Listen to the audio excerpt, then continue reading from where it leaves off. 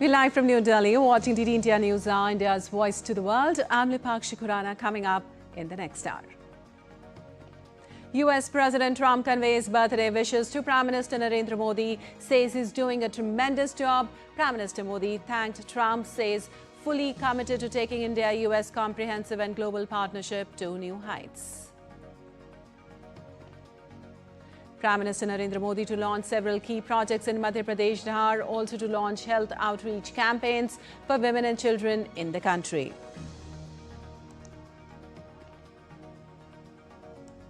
Britain rolls out royal red carpet as US President Trump arrives in London on an unprecedented second state visit. Several deals on technology and civil nuclear energy on agenda. Nepal observes National Day of Mourning in memory of all Gen Z protesters killed during the demonstrations last week. And India's Neeraj Chopra set to begin his title defense in the men's javelin throw qualifiers at the World Athletic Championship in Tokyo on Wednesday.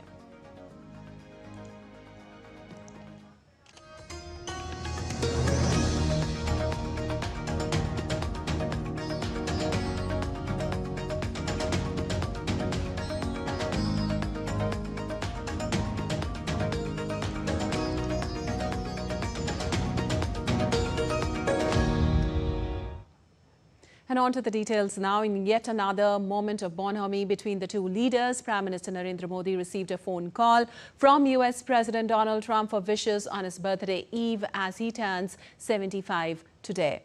Well, in a post on social media platform X, Prime Minister Modi thanked Trump and referred to the trade deal talks that resumed just hours earlier on Tuesday. He said, and I quote, "Thank you, my friend President Trump, for your phone call and warm greetings on my 75th birthday. Like you, I'm also fully committed to taking the India-US comprehensive and global partnership to new heights. We support your initiatives towards a peaceful resolution of the Ukraine conflict," unquote. Also, Trump later made a similar post on Truth Social. He said, and I quote, "Just had a wonderful phone call with my friend Prime Minister Narendra Modi. I wished him a very happy birthday. He's doing a tremendous job. Narendra, thank you for your support on ending the war between Russia and Ukraine," unquote. And earlier on Tuesday, Indian and the US officials had discussion on the trade ties, including on the India-US bilateral trade agreement. The US team of officials led by US Trade Representative South Asia, Brendan Lynch, held discussions with officials from Department of Commerce led by Special Secretary. Acknowledging the enduring importance of bilateral trade between India and the US, an official statement by India said that the discussions were positive and forward-looking, covering various aspects of the trade deal. It was decided to intensify efforts to achieve early conclusion of a mutually beneficial trade agreement. The trade talks are significant following the announcement of 50% tariff on Indian goods by the Trump administration. Well, Prime Minister Narendra Modi received birthday wishes from other global leaders too on his 75th birthday. Prime Minister of New Zealand, Christopher Luxon, extended birthday greetings to Prime Minister Modi. In a video message on X, Luxon congratulated Prime Minister Modi on his 75th birthday. Namaskar, my good friend Prime Minister Modi. Congratulations on your 75th birthday from me and all of your friends across New Zealand. A milestone like this is a moment to reflect on the wisdom of your leadership as you seek to guide India towards becoming a developed country by 2047. I'm really excited about New Zealand partnering more with India to achieve that vision as we look to ensure both our great nations achieve the security and also the prosperity that we seek. I hope I might be able Friend Prime Minister Modi. Australia is proud to share such a strong friendship with India, and we're grateful every day for the incredible contribution of the Indian community here in Australia. I look forward to catching up with you soon, Prime Minister, and many more years of friendship and progress. Leader, statesman, and leading voice of the Global South. That is Prime Minister Modi. The world needs Prime Minister Modi's leadership now more than ever. And we will continue to enhance the relations between Dominica and India. Best regards and all the best to Prime Minister Modi and the great people of India. Well, President Draupadi Murmu also extended birthday greetings to Prime Minister Modi on his birthday. The Prime Minister expressed heartfelt thanks to President Murmu for her birthday wishes, acknowledging her inspiring vision and support. In a post on X, Prime Minister Modi emphasized his continued commitment to building a strong, capable and self-reliant India.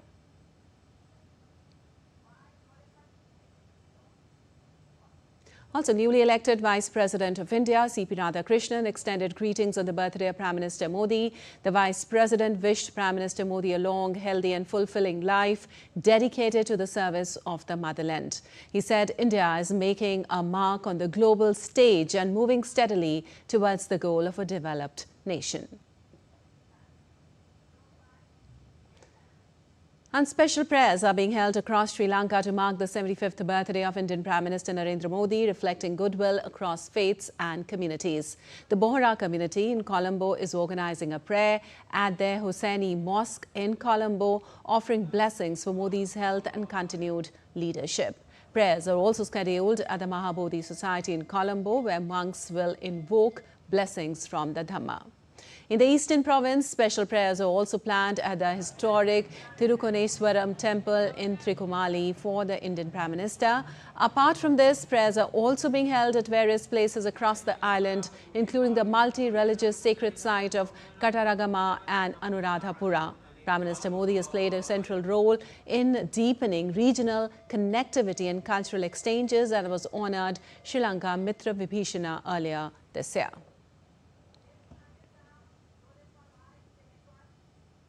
An Indian renowned sand artist and Padma Shri awardee Sudarshan Patnaik created a magnificent sand sculpture of Prime Minister Narendra Modi, accompanied by an installation of 750 lotus flowers at Puri Beach in the eastern state of Odisha, dedicated to the occasion of Prime Minister Modi's 75th birthday. The artwork carries the message Bharat ki Udan Modi ke saath, reflecting the nation's aspirations for unity, growth and global leadership under Prime Minister Modi's guidance.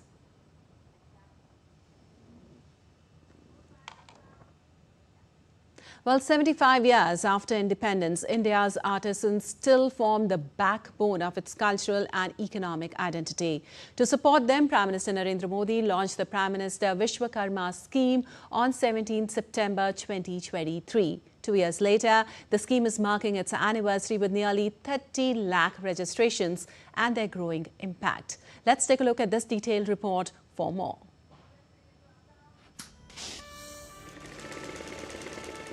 They are India's Vishwakarmas, the traditional artisans and craftspeople who work with their hands and tools.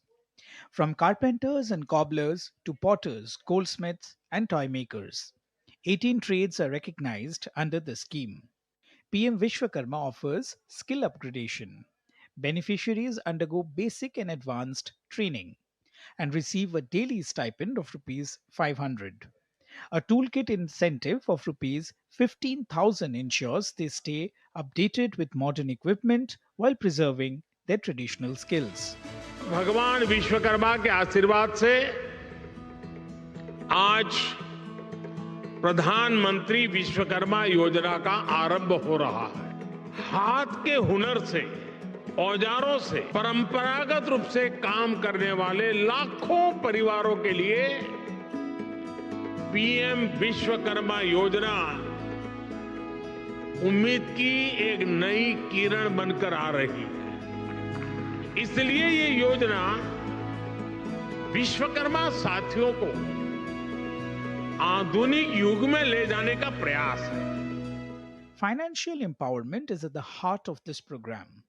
Artisans can avail collateral-free loans of up to Rs 3 lakh at just 5% interest. In a bid to take artisans into the digital economy, the scheme rewards every cashless transactions with incentives and up to 100 transactions a month. Marketing support too is part of the package, from branding and certification to onboarding on e-commerce platforms like the GEM, giving artisans a wider market reach. The scheme is being implemented by the Ministry for Small and Medium Enterprises with support from the Skill Development and the Finance Ministries. District level units across the country are creating awareness, mobilizing artisans, and monitoring their training. With an outlay of Rs 13,000 crores, PM Vishwakarma will run until 2027-28. And in just 2 years, nearly 30 lakh artisans have already registered, many already reaping the benefits of recognition, training, credit, and market access. From heritage crafts to digital skills, PM Vishwakarma is helping India's artisans step confidently into the future. 2 years on, and the scheme is not just preserving tradition, it is powering transformation. Bureau Report, DD India. And greetings are continuously pouring in from across the globe to wish Prime Minister Narendra Modi on his birthday today. Prime Minister Modi, my good friend Narendra, I want to wish you a happy birthday. You've accomplished so much for India in your life, and we have together accomplished a great deal in the friendship between India and Israel. I look forward to seeing you soon because we can bring our partnership and our friendship to even greater heights. Happy birthday, my friend. It gives me great pleasure to wish. I was the first one to wish him already, 1 week ahead. Happy birthday, because we want to see him in good health and able to lead this country as he's doing at the moment. Not a coincidence also, the father of the nation, my father, his birthday is on the 18th. We're going to celebrate his 125th birthday in Mauritius on the 18th. I was very touched when I landed at Varanasi. The people were on the street everywhere with flags. They've been waiting there for ages apparently. The welcome, even today, the welcome is tremendous. I've never seen this before. Friend and senior Prime Minister Modi, happy birthday to you. You forever look young. As I said earlier, the leader of the Global South, keep on working hard, not just for India, but all of us from the Global South. May God give you many, many more years of good health and long life, and keep on working for your people and for the Global South. God bless you. Happy birthday today. Greetings from Papua New Guinea. Prime Minister Modi, my best wishes to you on your 75th birthday.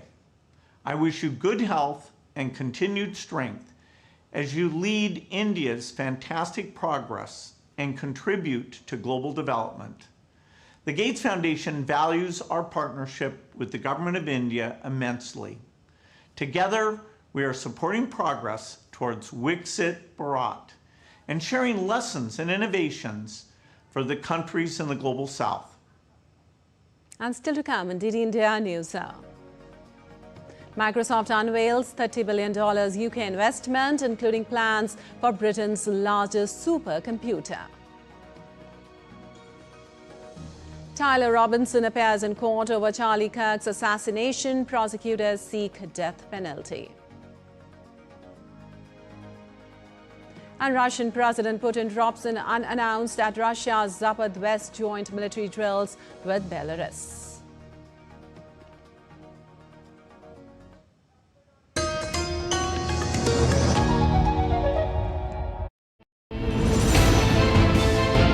Geopolitics and trade deals. Economic challenges amid development. Hard work and the path to prosperity. It's the economy, always. Between walkers, money is what money does and says. Supply creates its own demand. Between the bulls pulls and bears tears. When supply chains globalization and India rises to the podium. We'll get you centered with the Economic Brief at 8 p.m. every Thursday on DD India.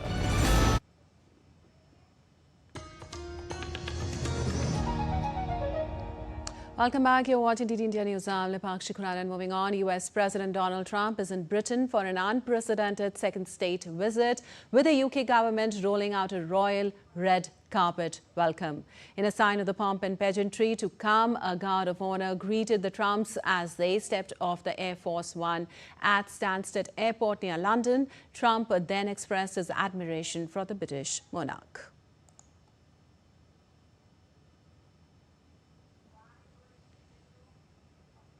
Trump's two-day visit will be complete with horse-drawn carriages and a glittering banquet inside a 1,000-year-old castle, all tailored to a president with a fondness for gilded splendor. DD India's Raghav Kumar Jha has more on this.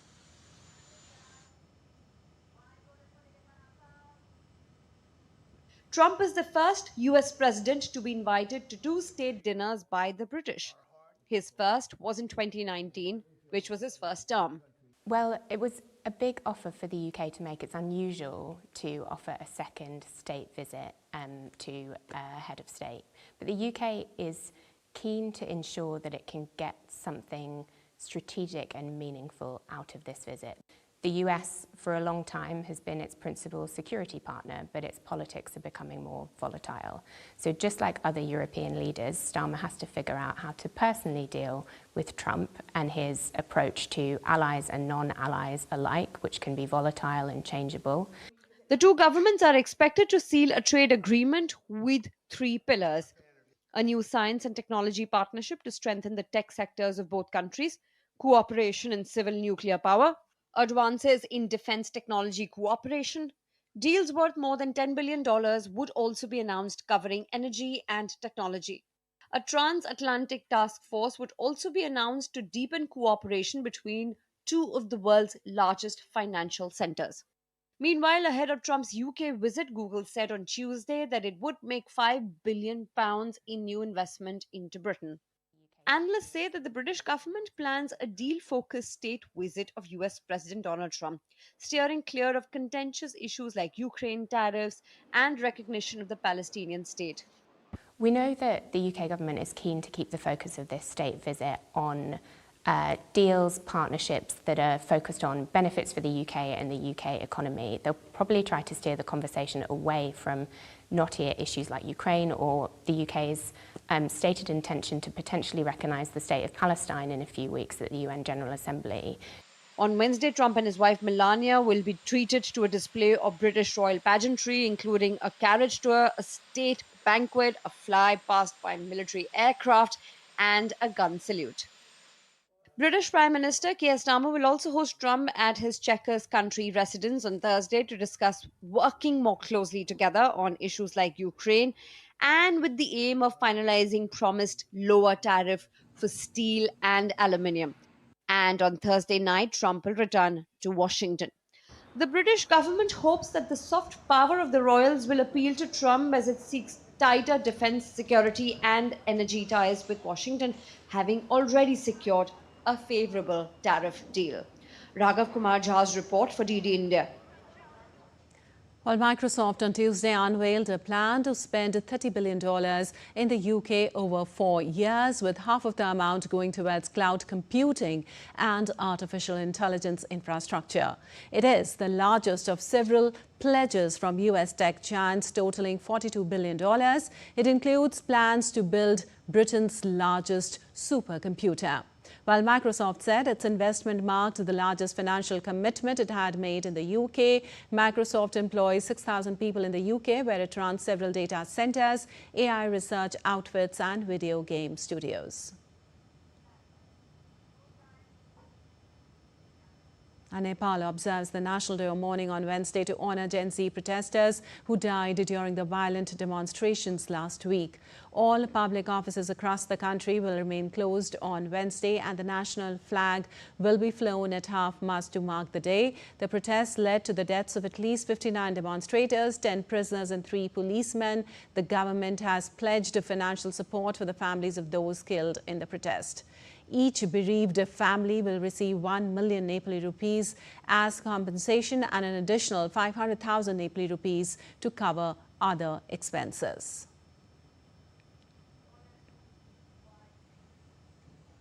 Well, Nepal's President Ramchandra Paudel has prorogued the ongoing session of the National Assembly with effect from Tuesday midnight. The session was ended on the recommendation of the Council of Ministers in accordance with Article 93(2) of the Constitution of Nepal.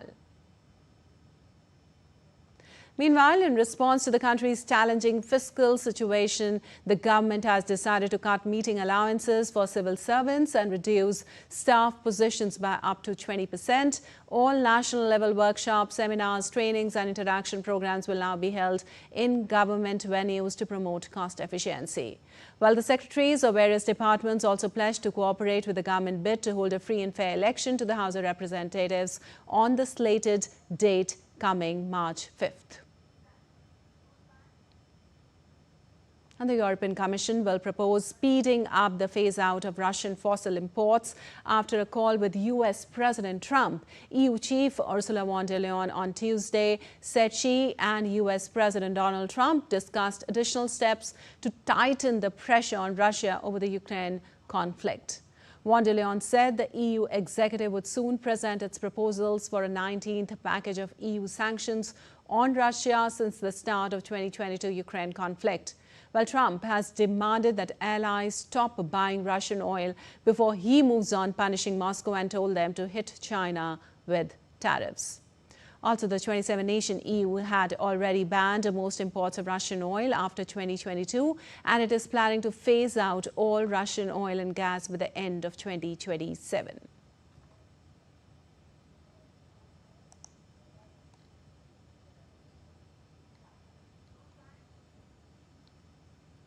And Russian President Vladimir Putin made a surprise visit to the Nizhny Novgorod region of the country to visit joint military drills with Belarus on Tuesday. Donning military attire, Putin met with top war officials at the Malino training ground, listened to briefings from Defense Minister Andrei Belousov and his deputy, and inspected military equipment, including motorcycles, quad bikes, anti-drone weapons and radar systems. The Russian president said the Zapad exercises were intended to rehearse elements of defending the Union state of Russia and Belarus. Putin has rarely been seen in military fatigue since Ukraine conflict, despite his status as Supreme Commander-in-Chief of Russia's army.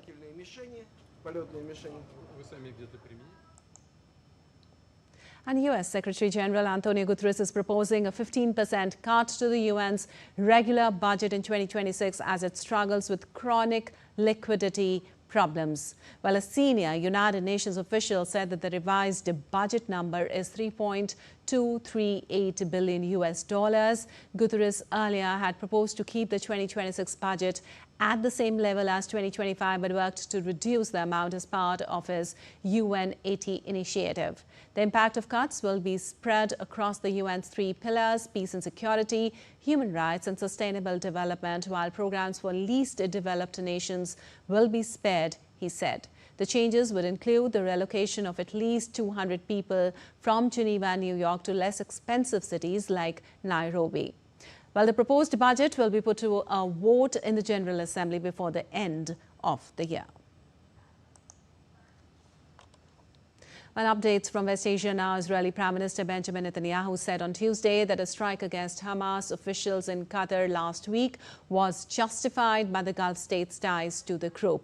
Well, the unprecedented attack on the Hamas meeting in Doha was the first such Israeli strike on fellow U.S. ally Qatar. Netanyahu said that Israel will create an independent arms industry that can withstand international constraints. Race now for weapons in the world, but it is not a market race. Because unlike everything else that we could talk about, that's controlled by governments. And their calculations can sometimes be political, not necessarily economic. And therefore, what we are going to do is to build an arms industry that will match the best arms industries in the world with one proviso. We want to produce first for ourselves on a much larger scale and with unimaginable innovation. Well, Israeli military spokesperson Efi Defrin confirmed that the ground assault has begun in Gaza City with more troops expected to join soon. Well, the objective of the stage is the return of the hostages and the defeat of Hamas, and that the operation will continue until the objectives are achieved. Also, the ground troops were moving deeper into the enclave's main city, and that the number of soldiers would rise in coming days to confront up to 3,000 Hamas combatants the IDF believes are still in the city.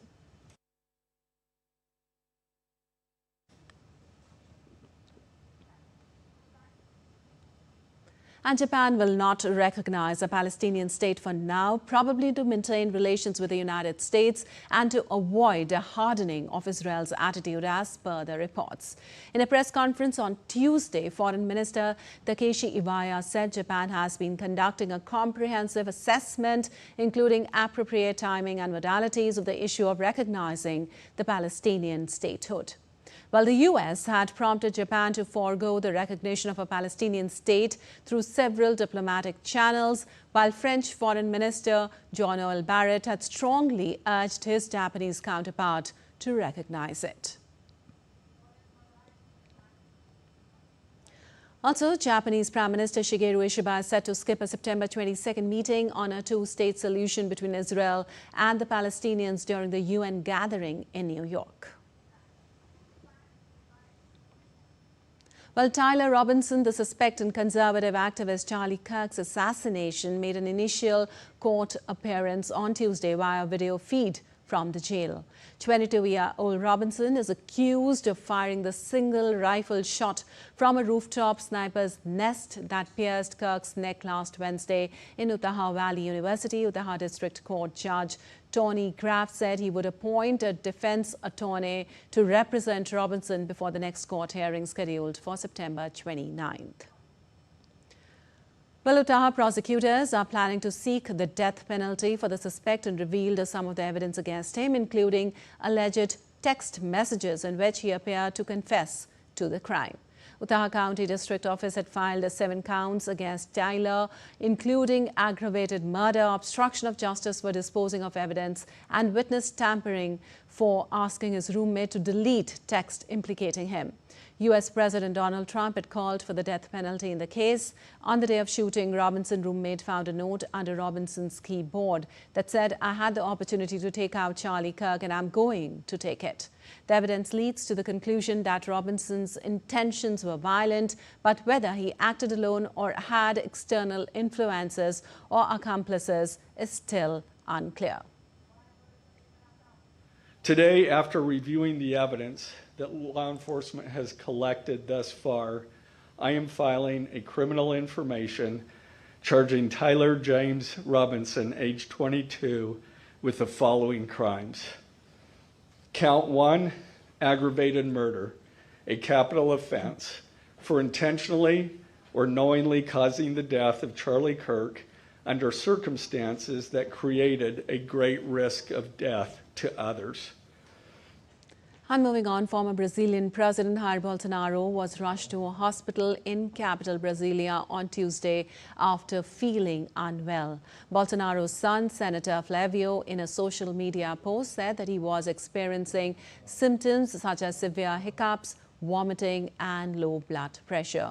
The former leader was last week sentenced by the country's Supreme Court to 27 years and 3 months in prison for plotting a coup to remain in power after his defeat in the 2022 presidential election.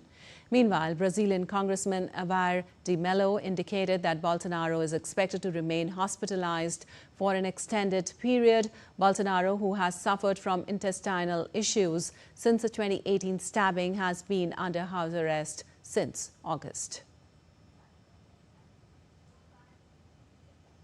And still to come in India Newshour. India's IT Minister Ashwini Vaishnaw says ARM's new Bengaluru facility will design 2-nanometer chips. Hyderabad Liberation Day celebrations kick off with Defence Minister Rajnath Singh as chief guest at parade grounds. And having remained suspended for 22 days, the pilgrimage to Mata Vaishno Devi Shrine in Jammu and Kashmir's Riyazi district resumes, much to the delight of the pilgrims.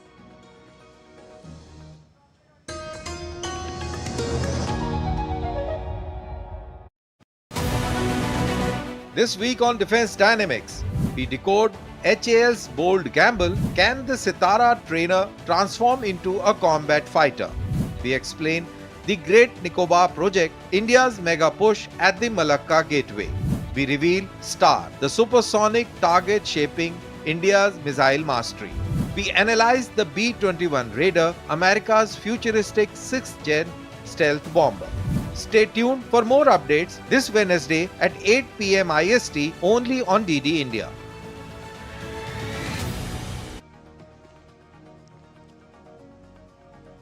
And welcome back. You're watching DD India News. I'm Lipakshi Khurana, and time now for a quick recap of the headlines. US President Trump conveys birthday wishes to Prime Minister Narendra Modi, says he's doing a tremendous job. Prime Minister Modi thanks. Trump says fully committed to taking India-US comprehensive and global partnership to new heights. Prime Minister Narendra Modi to launch several key projects in Madhya Pradesh, Dhar, also to launch health outreach campaigns for women and children in the country. Britain rolls out royal red carpet as US President Trump arrives in London on an unprecedented second state visit. Several deals on technology and civil nuclear energy on agenda. Nepal observes National Day of Mourning in memory of all Gen Z protesters killed during the demonstrations last week. And India's Neeraj Chopra set to begin his title defense in the men's javelin throw qualifiers at the World Athletic Championship in Tokyo on Wednesday.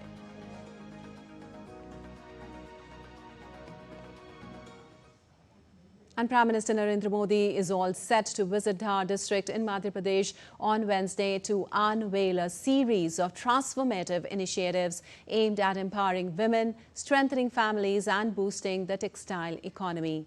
In line with his commitment to health, Poshan, fitness and a Swasth and Sashakt Bharat, Prime Minister will launch the Swasth Nari Sashakt Parivar and 8th Rashtriya Poshan Maha campaigns. More than 100,000 health camps will be organized till October 2nd, making this the largest ever health outreach for women and children in the country. This nationwide intensified campaign seeks to provide women-centric preventive, promotive and curative health services at the community level. Prime Minister will also transfer funds under the Pradhan Mantri Matru Vandana Yojana directly into the bank accounts of eligible women across the country with a single click. Nearly 10 lakh women in the country will benefit. Prime Minister Modi will launch the Suman Sakhi chatbot to raise awareness on maternal and child health.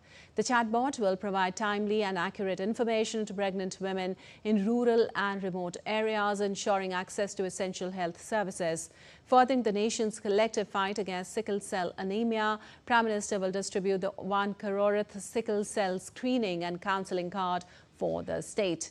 Well, as part of the Adi Karam Yogi Abhiyan, Prime Minister will also launch the Adi Seva Parva for Madhya Pradesh, which will symbolize the confluence of tribal pride and spirit of nation building.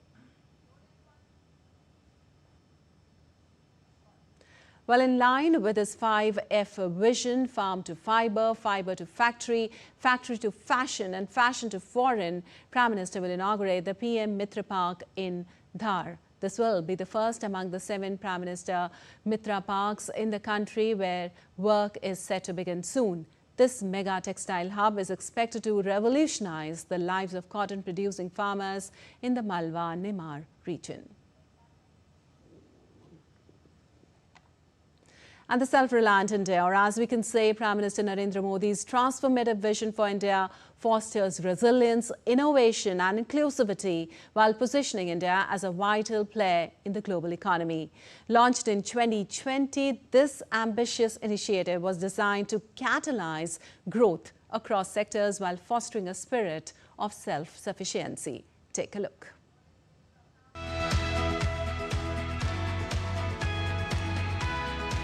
For Prime Minister Narendra Modi, self-reliant India is more than just an economic freedom. It is the fusion of tradition and modernity. Prime Minister Modi gave India the mantra of zero defect, zero effect. During the COVID-19 pandemic, Prime Minister's call for self-reliance turned vocal for local into a mass movement. To push domestic production, Prime Minister Modi launched Make in India. One district, one product and the government e-marketplace boosted local trade. India's toy industry, once reliant on Chinese imports, is now exporting worldwide. Toy manufacturing has jumped 70%. Toy sector has achieved multi-fold increase in export and 50% reduction in import over the last 4 to 5 years, which has become possible only due to the policies and the vision given by our Honorable Prime Minister. In semiconductors, the government rolled out a 76,000 crore rupees mission. And to power manufacturing, production-linked incentives were cleared in 14 sectors. If you look at India, I think you have the talents. You have already quite some experience with design in semiconductor. 20% of the design of any chips is made in India. So you have a few good starting points. Now it's about ambition, will, and execution. And I think that your Prime Minister seems to be very, very determined to get that going. So now, when we look at all of that's happening, right, that we should all work towards making India a product nation, a production nation, and the skills nation for the world. And that leads us to an Atmanirbhar Bharat who not only can take care of itself, but also can take care of the rest of the world. So this is excellent steps. Progress is being made, evidence is seen, and now the future is for us to take. The Vocal for Local push gave the biggest boost to MSMEs. After the COVID-19 pandemic, small industries bounced back with confidence. Khadi and village industries led the charge in promoting local products. In 2024 and 25, they hit record highs in production, sales and jobs. In the past 11 years, sales were up by 447%, production by 347%, and jobs went up nearly by 50%. Prime Minister Modi has urged the people to buy Made in India products during every festival, be it Navratri, Dashera or Diwali. Prime Minister has even asked the shopkeepers to display Swadeshi board. The message is clear: trust Indian goods. From khadi to chips, toys to mobiles, India is carving a new identity from local to global. Bureau Report, DD India. And the European Union will unveil its new strategic vision for ties with India today that will comprise key elements of its futuristic outlook for relations with New Delhi. While the new measures are expected to be unveiled at the India-EU Annual Summit that is likely to be held in India within the first few months of next year. Well, the 13th round of FTA negotiations held in New Delhi last week, with the next round in Brussels early next month. While talks on issues including customs, digital trade and dispute settlement have already been concluded, other key issues like rules of origin and market access remain unresolved. Well, the European Union is India's biggest trade partner, with bilateral trade in goods recording $135 billion in the financial year 2023-24. And Hyderabad Liberation Day is being celebrated today. Defence Minister Rajnath Singh unfurled the national flag at parade grounds in Secunderabad. The event is held to celebrate the anniversary of the merger of the erstwhile Hyderabad state under Nizam rule with the Indian Union. On 17th of September 1948, the Indian Army launched Operation Polo and brought Hyderabad state under the Indian Union. Thereafter, the 8 districts of Marathwada were also integrated into the Republic of India. Union Culture Minister Gajendra Singh Shekhawat, Union Coal and Mines Minister G. Kishan Reddy and Union MOS Home Bandi Sanjay Kumar were present on the occasion.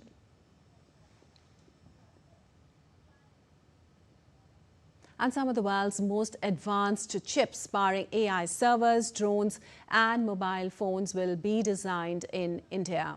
Calling this a significant milestone in India's semiconductor journey, Electronics and Information Technology Minister Ashwini Vaishnaw said that ARM's the new Bangalore unit will work on 2 nanometer chips. Now, the minister said this after inaugurating the new office of ARM, a company that is involved in semiconductor design in Bengaluru.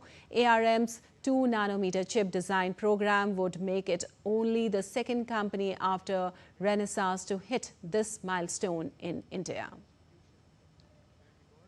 Latest EDA tools are available to.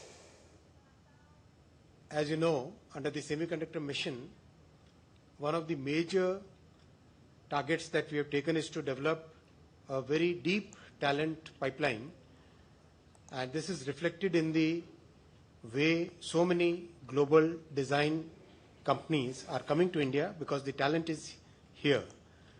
The semiconductor mission is today supporting 278 universities and institutions where the world's latest EDA tools are available to students, and the students are designing chips.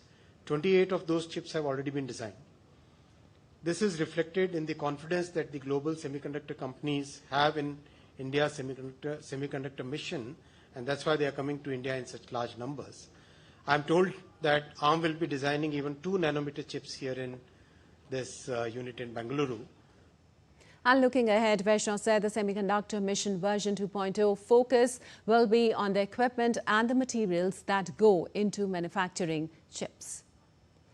Well, India rose to the 38th position among 139 economies in the World Intellectual Property Organization's Global Innovation Index 2025, a big leap from 81st in the year 2015. Well, under the visionary leadership of Prime Minister Modi, this progress reflects India's unwavering commitment to knowledge creation and sustainable growth. This remarkable journey towards a Viksit Bharat or developed India and global leadership is powered by India's innovators, entrepreneurs, scientists and young talent. Well, Switzerland has topped the GII 2025 ranking, which evaluates the innovation performance of nearly 140 economies using approximately 80 indicators, including R&D spending, venture capital deals, high-tech exports, and intellectual property fillings.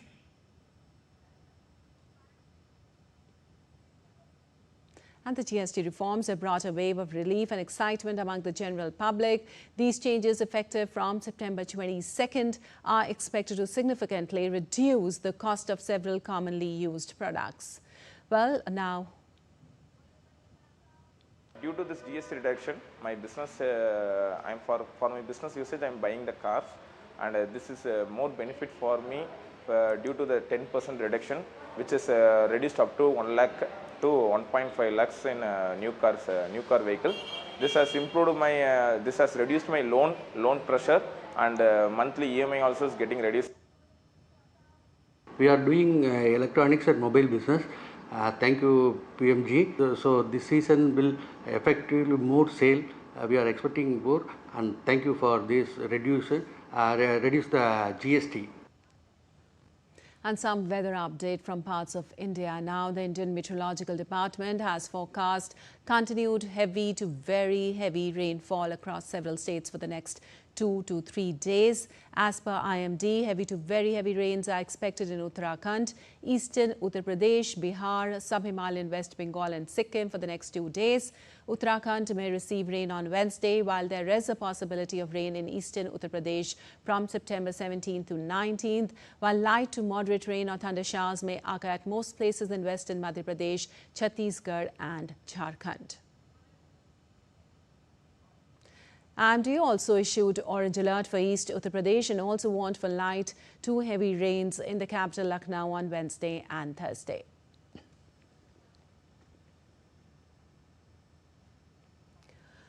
On Wednesday, the entire state of Bihar will remain cloudy and the temperatures will drop. An orange alert has also been issued for heavy rain in West Champaran and Gopalganj districts. And in a major announcement for the devotees, the pilgrimage to Mata Vaishno Devi Shrine atop Trikuta Hills in Jammu and Kashmir's Riyasi district resumed on Wednesday, subject to favourable weather conditions, Shrine Board said. Well, the yatra had remained suspended for 22 days following a major landslide in August that damaged the route, resulting in the deaths of pilgrims.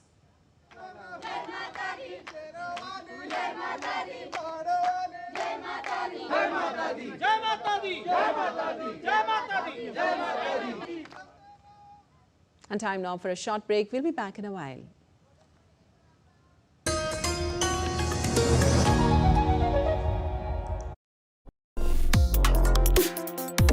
Complex issues, hidden agendas, twists and turns, strategic games.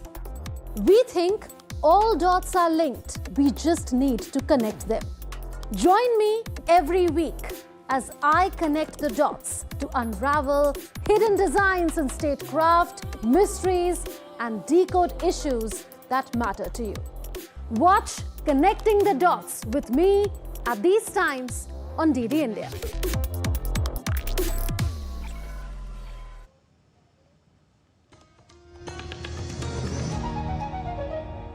Welcome back. You're watching DD India News. I'm Lipakshi Khuranan, on to some sports news now.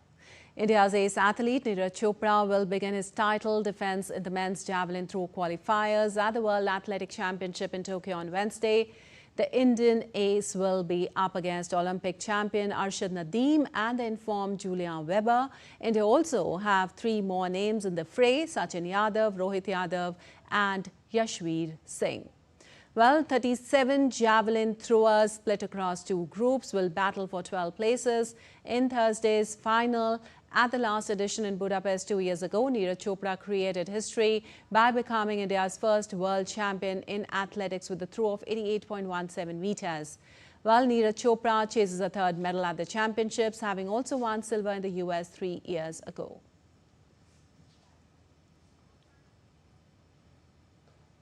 And India's Asian Championships silver medalist Sarvesh Kushare achieved a 6th place finish in the final of the men's high jump event at the World Athletic Championship in Tokyo on Tuesday.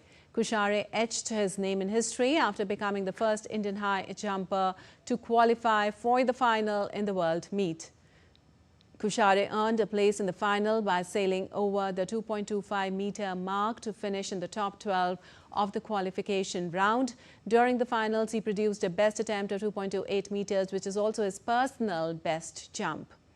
Hamishkar of New Zealand took the top position with a best attempt of 2.36 meters.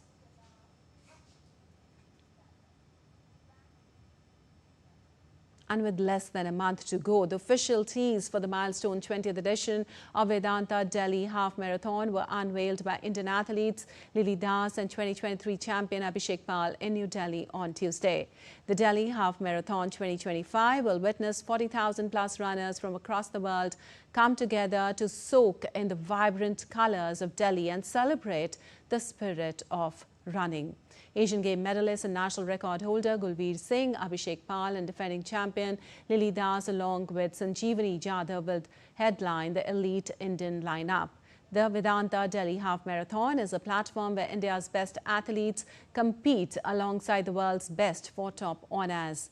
This year's race will be flagged off from Delhi's iconic Jawaharlal Nehru Stadium on 12th of October 2025.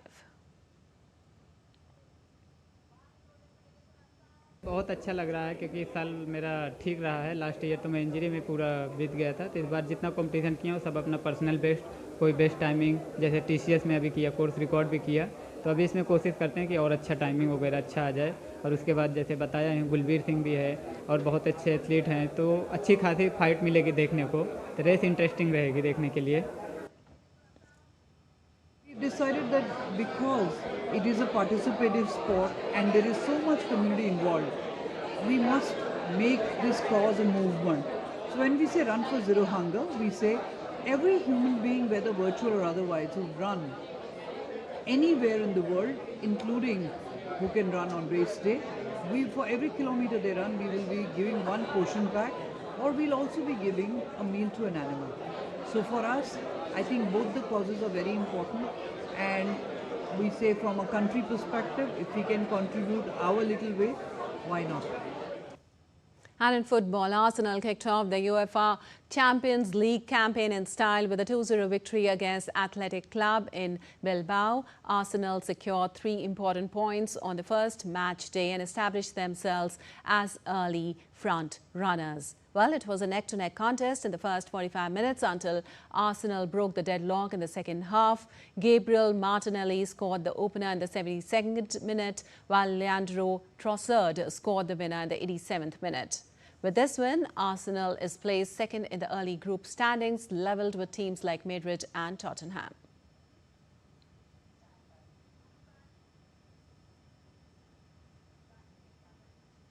And Kylian Mbappe's brace propelled Real Madrid to a 2-1 victory over Marseille in the Champions League group stage opener.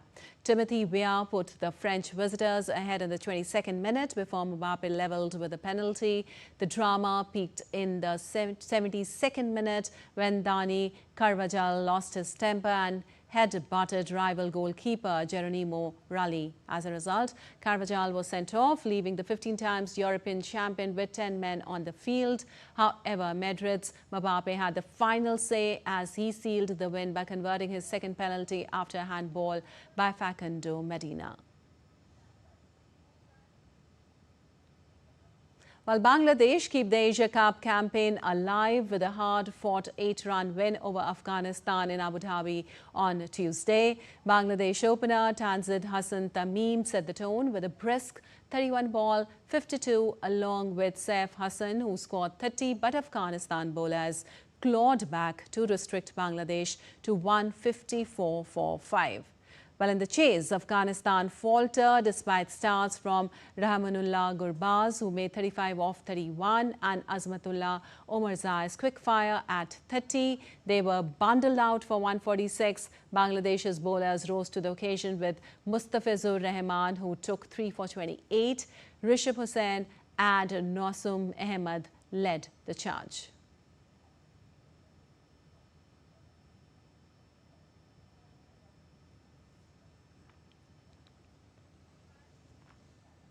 And we have Abhishek Mahajan joining us from UAE on the phone line. Well, Abhishek, Bangladesh beat Afghanistan yesterday. How do things stand now as far as reaching the next stage is concerned for both Bangladesh and Afghanistan? Absolutely, Lipakshi. It has Bangladesh's win has left the group wide open, Group B, if we talk about, and everyone was thinking that Afghanistan are going to beat Bangladesh, but yes, a big win for Bangladesh.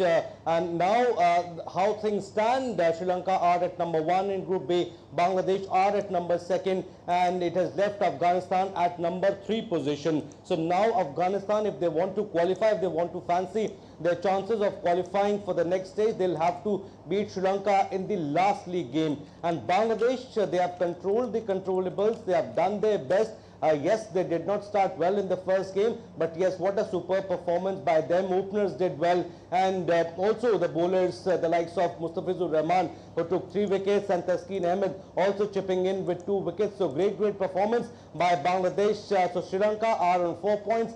Bangladesh are also on 4 points. Hong Kong is out of the group, out of the competition, and Afghanistan are at 2 points. So what if Afghanistan beats Sri Lanka now in the final game? If they beat Sri Lanka, then it will leave Sri Lanka and Afghanistan at 4 points, and Bangladesh also will be at 4 points. So it will all come down to net run rate then. So Afghanistan has got a better run rate, so as Sri Lanka. Then Bangladesh in most likelihood will be out of the competition. So all will depend on the third game, which is very interesting, between Afghanistan and Sri Lanka.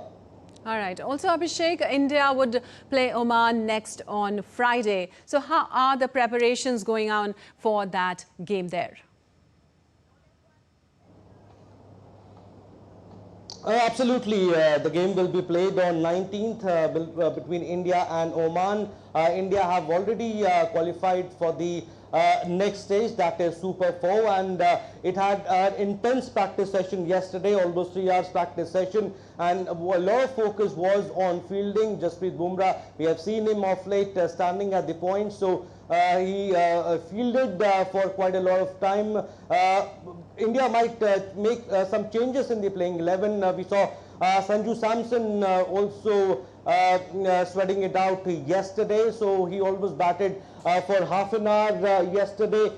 So maybe to give him the game time, he'll come up the order Harshit Rana, we saw him batting, so he might get a game against Oman. We also saw Arshdeep bowling for quite a bit. Kuldeep Yadav, interestingly, also batted for quite long, so they're giving them a good run. In fact, the bowlers also are getting a good run at the net. So the focus is simple, the focus is clear, that whatever the situation is, then bowlers also, if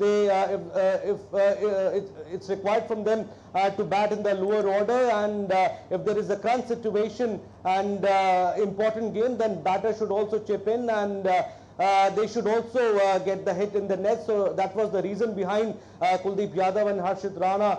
They were batting at the nets, but yes, it will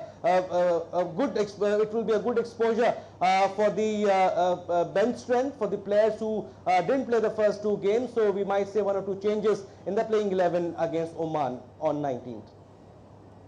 All right, Abhishek, thank you so much for all that update from there.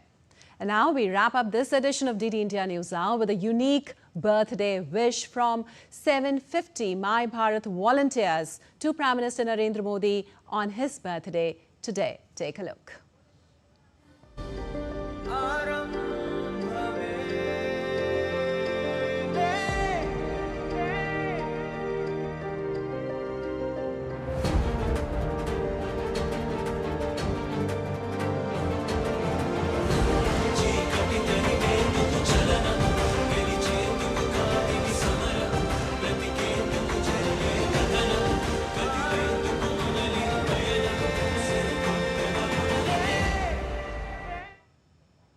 All right, that's all for this edition of DD India News Hour, but let us know your thoughts on the news of the day. For those on the go, you can get all the latest news and updates from India and across the world on the DD India mobile app. The app is available on both Android and iOS platforms. Scan the QR code on the screen to download now. We'll be back with more news as it breaks here on DD India. I'm Lipakshi Khurana from all of us here in Delhi. Thanks for watching DD India News Hour.